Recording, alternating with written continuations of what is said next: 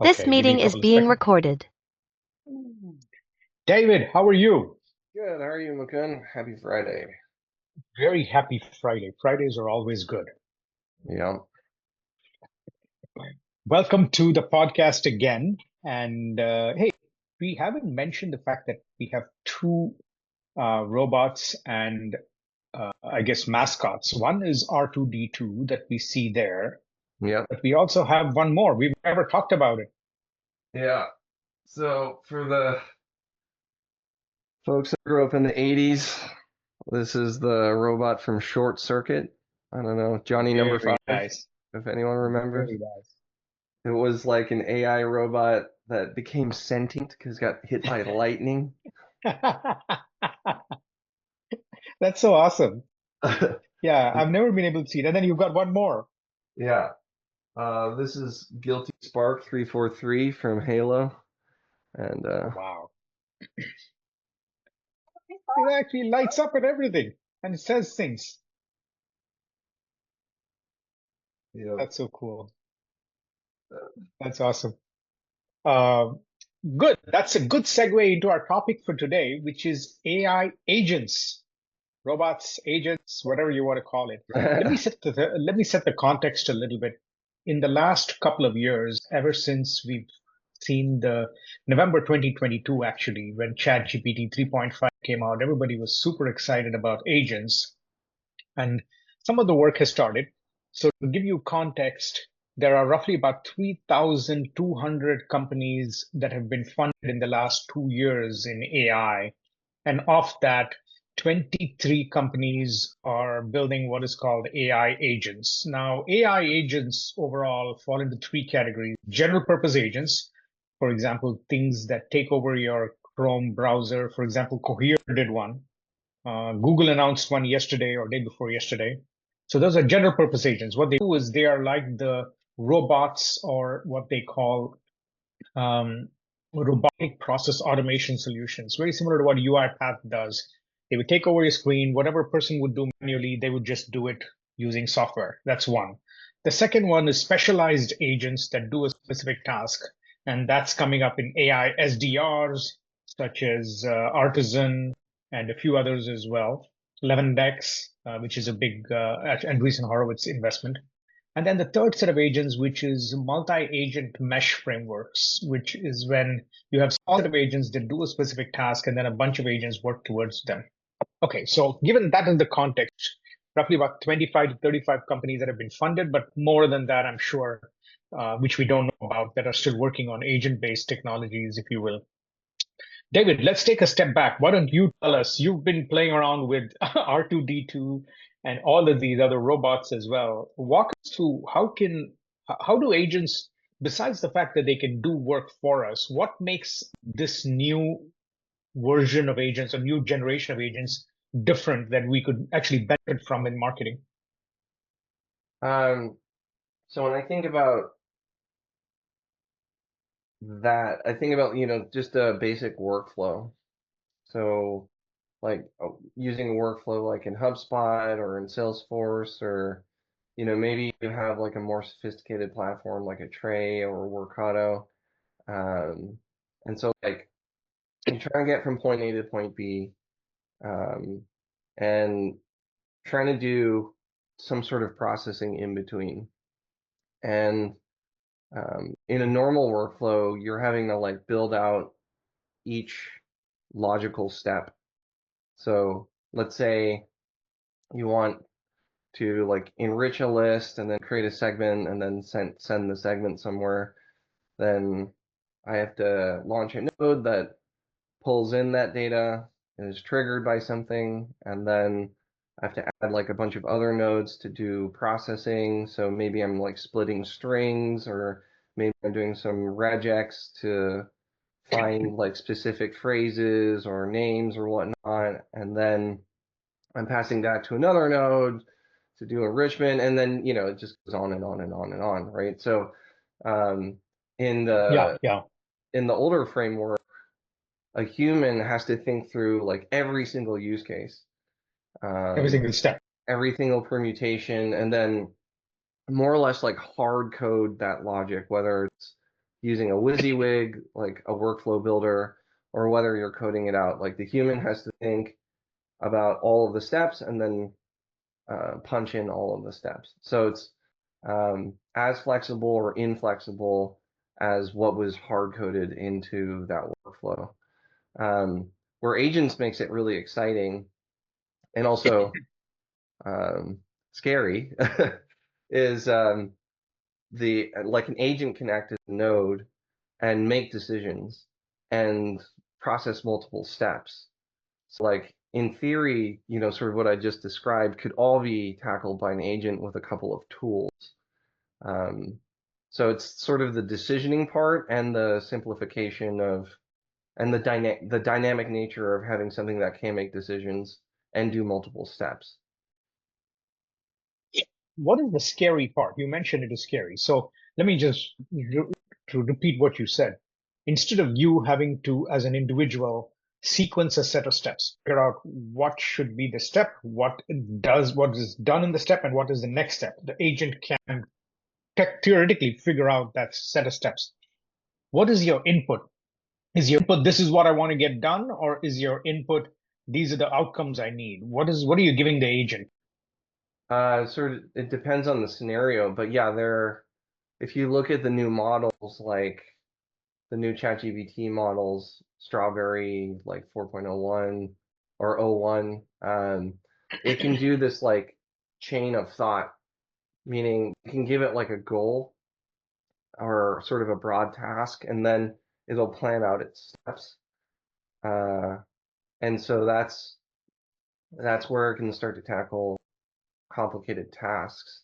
I guess where it gets scary is uh, if you give it like a really broad goal, um, it can kind of go off the rails. Like there's kind of no guardrails right now, and I don't know if anyone saw the recent news with OpenAI, but like one of their models like tried to escape. Um, What does yeah. that mean? What does it mean it tried to escape? I didn't see it. Tell me more about it. Okay, so this is nuts.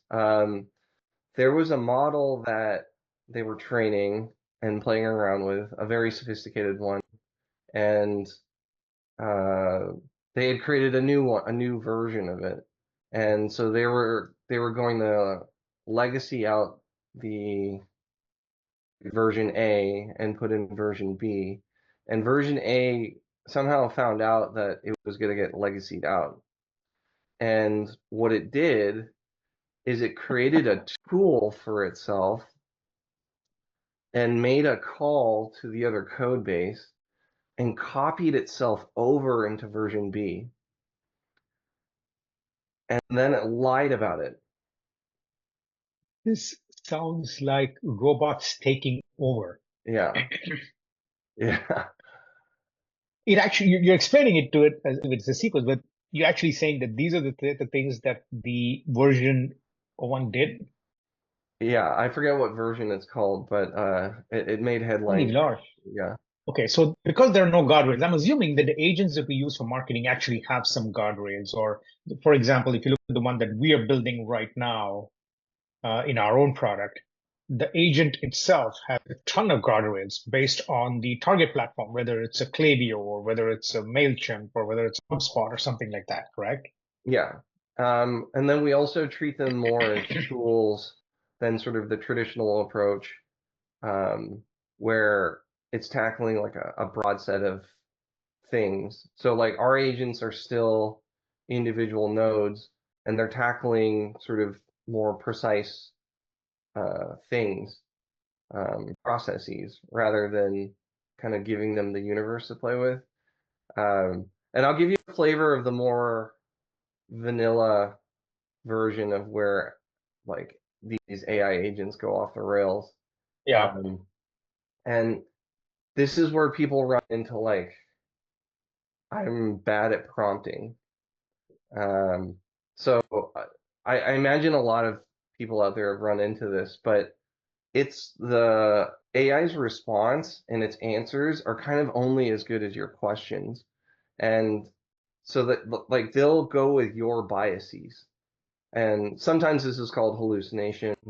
But hallucination, I think, is more of a feature than a bug, to be honest, because it's creativity. Yeah, But I've gone down this rabbit hole before. I'll give you an example.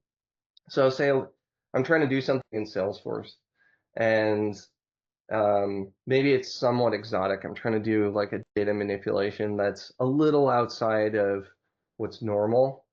And I'll ask the LLM like, how do I complete this task? yeah, And and then it'll give me like a really clear and concise answer that seems super logical. It seems to conform with my knowledge of Salesforce. And then I'll go and try and implement it.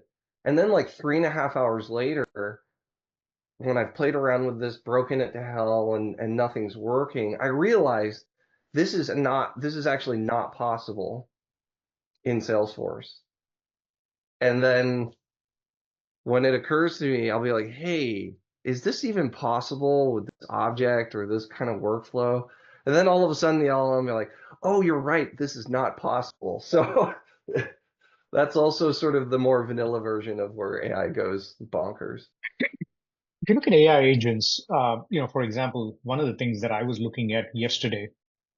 So this whole week, as you probably know, I've been working on our SEO strategy for 2025, right?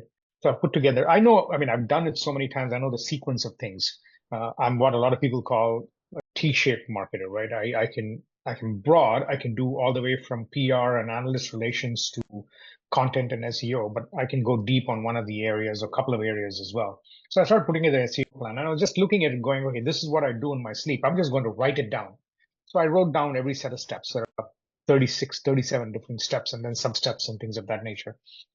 And I started Googling around, just simple, just Google and OpenAI and Perplexity and saying, can you take this set of 37 steps and can you tell me some software that actually does all this?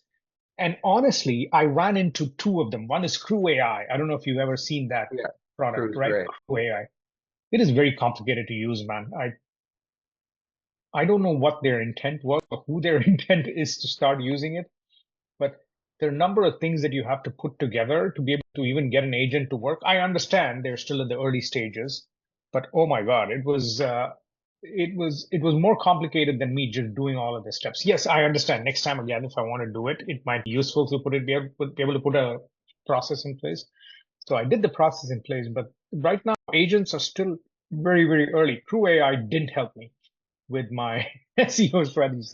ChatGPT and Perplexity helped me a lot more, just giving me the outline of what I needed to be able to get done. I said, okay, this is what I'm trying to get done. Give me the outline for this. And it gave me a good outline so that I could fill in the blanks, if you will, even though I knew most of those things, right? And, what used to be very difficult before, for example, I give you one set of steps, come up with a list of keywords, take that, put it into Google Keyword Planner, then rank them by volume, then sort them by competition, then filter them by amount of money to be able to spend for paid keyword on the high side.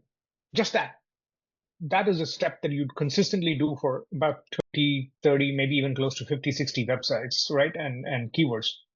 That took me about 3.5 hours. And I'm thinking there has to be an agent for this, David, but there was none. Yeah, yeah. And that's where, yeah, we could build out that engine for you relatively quickly. But it tends to be the case, right? Like if you're looking for repeatability, Yeah. then your upfront effort will always be higher. Yeah, so why that's why I went into Crew AI, and I also saw these, Zapier, Zapier, right? Yeah, Zapier has these, I think they call them formulas or they call them, I think, recipes, if I'm not mistaken. A recipe is David has done this before and he will make it available for everybody else to use. So in Crew AI, it's called apps, and in some of the other products, it's called apps as well. So I can come up with it, I can do this thing once. It's just like a script, and then somebody can use it again and again and again. I would imagine there should be a lot more of these, but we're still early in the journey, is what I'm gathering, right? AI agents are still very early in the journey that most people are not using them yet, let alone trying to do it. But the interesting thing, I want to ask you this. You've been a sales rep, you've been a SDE, sales development engineer, you've been a sales engineer, you've been a marketing ops guy. Why is there so much traction for AI SDR? almost everybody wants to replace their some development rep with an AI-based bot or agent. What's up with that? Um, I imagine it's because the process is very defined. And so you think about what an SDR does, it's like uh, either you're handed a list of target accounts or you're first figuring out who to go after, then you're doing some research, and then your your output is like activity. So your output's always almost always emails of some form. And then other touch points are digital. The only one that's super that probably requires a human being, though not really anymore, is like the phone call. But no one picks up their phones anymore. And so even that was automated before agents, where you could like auto voicemail people. And so That is uh weird, man. I've seen some of those suddenly voicemails popping up without getting a call, and I'm always unnerved by them. yeah, I never listen to them, but yeah, it's unnerving when you suddenly see notification on your phone saying you've got a voicemail. And I'm like, who the hell called me to have a yeah, voicemail? Turns out I've got five voicemails, no calls. yeah. And so the process is very defined. The systems where you would get the data from are very defined. So it is probably one of the easier tasks to try and automate. Now, whether they're being automated successfully or not is another question. Um, so that's why I imagine it's popular. And then the other thing is the SDR function is one of those things that it's kind of zero or one. Either your SDR is bringing in ops that are making you money, or they're not. And when they're not, like they're quite costly, especially in the first world. Yeah. Um, and So you're so saying the ramp up time for the SDR, maybe 3 to 6 months, where they understand your product, they understand their target, they yeah, understand the pitch, they're able to refine their messages, email. You know, the interesting thing now is a lot of the AI SDRs also offer LinkedIn messaging yeah, integration, yeah, right? So you can get to somebody on email, you can get to somebody on LinkedIn messaging, yeah, and they seem to be offering that as well. And some of the other ones also offer SMS. They have a yeah, sequence of SMS that you can send. I yeah, mean, talk about automation. We're all going to be bombarded with a lot more messages. Someone has a phone number now. yeah. And so that's where, and I've been approached by these groups when I was the VP of sales, where they were offering a platform to do AI SDR, and it is somewhat attractive when someone's like, and they're relatively expensive, by the way, just so everyone knows, the AI SDRs are not cheap. Yeah, Um, they start at $750 a month. yeah, yeah, and a lot of them are outcome based, like outsourced SDRs, so they're following that model. Um, and but still, they are cheaper than in-house, and so that is attractive to some folks. Yeah, I was looking at which company was AISDR.ai, yeah, AISDR.com, I guess. And I did see that they had $750 was the minimum, but actually you'll end up paying $2,500 a month for an agent that does account prep, account research, emailing, sequence of five with your content. Yeah, and there were some less expensive ones as I saw, 11x and I think Artisan were in the 250 to $300 range per month in that range, but they were just starting packages. You will quickly get up to $500 to $700 a month. Very popular among small and medium businesses. So let me talk to you about that portion. Big businesses probably need a lot more issues. What about security and the privacy concerns? What if an AI SDR, if you ask it, suddenly gives out your credit card number or things like that? If you have something to do with it, it's going to compromise.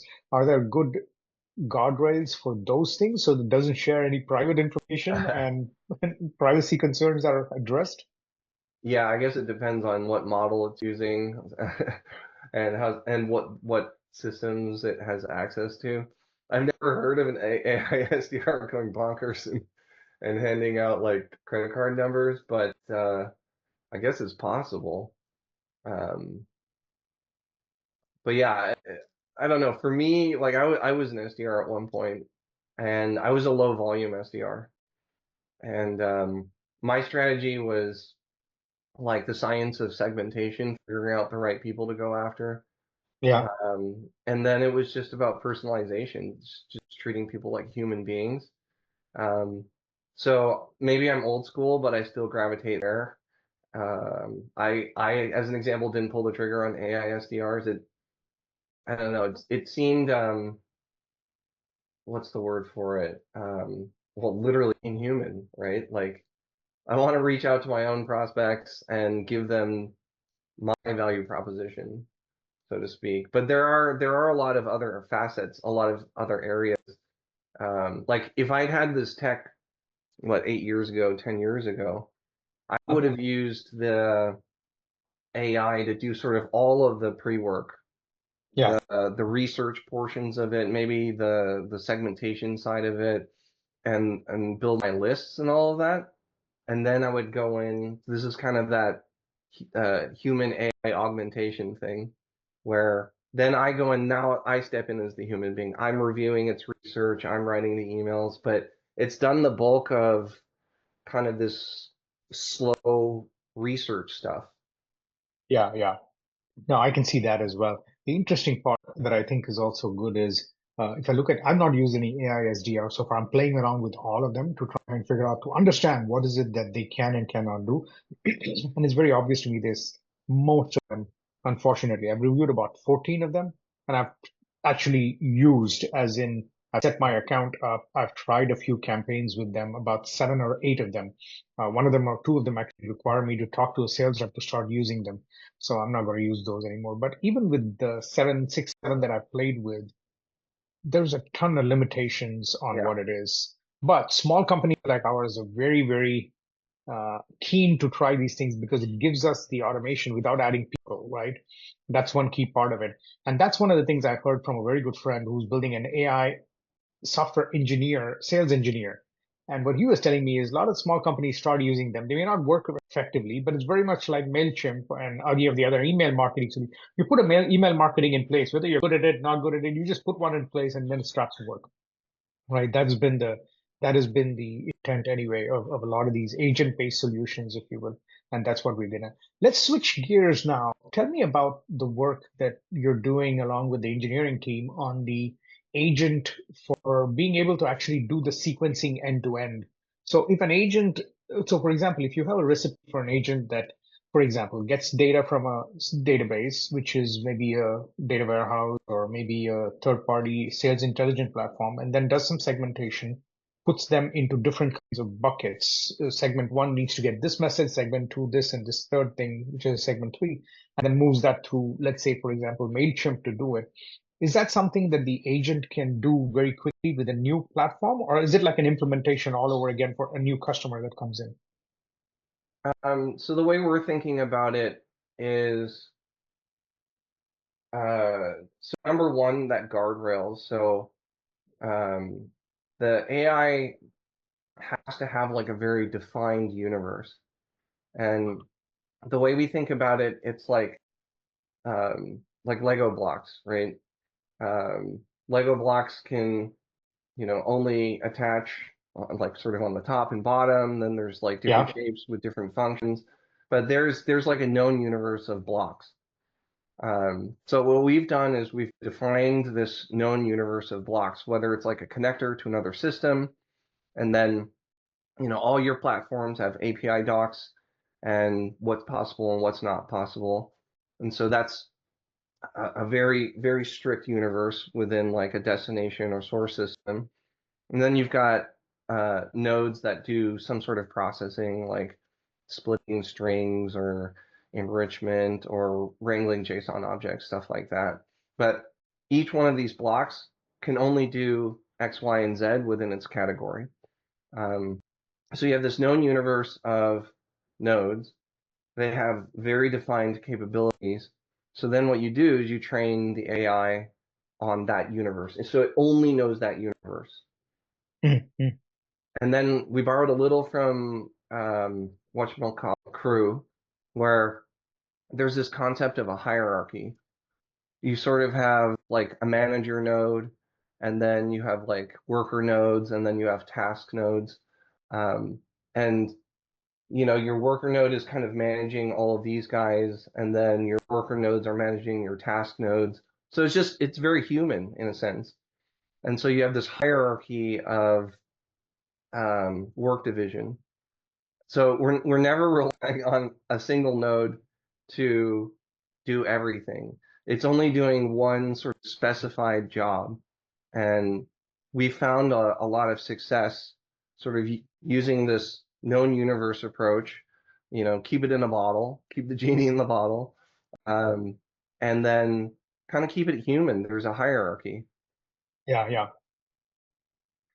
If you look at the agents themselves, what are you looking forward to most? Let's say a year from now, we had to have the same discussion. Hey, we've done 1 year more of iCustomer agents. What is the outcome that you think you're most excited about, which might get done? The democratization of complex workflows. I think for too long, this has been a kind of job that marketers or revenue people, sales leaders have had to rely on technical resources to execute. And you get this disconnect between revenue teams that they know the business, they know the targets, they have all of this knowledge, but then they don't have the technical capabilities to execute on some plan that requires all of this technical know-how. Then they try and articulate that to a technical team, but then the technical team is completely divorced from the business side. You get a lot of friction there. Number one, number two, then time is a big killer.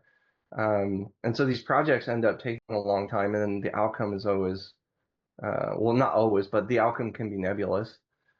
So the democratization of being able to execute on a vision from someone that's not technical in a quick span of time. That's really what lights me up. Awesome. Thank you, David. This was good. Always good to chat with you. I'm sure that we'll have a lot more conversation about agents in general as we get started. And have a great weekend, buddy. I'll talk to Yep, you soon. you too. Thanks, McKin. Bye. Mahalo.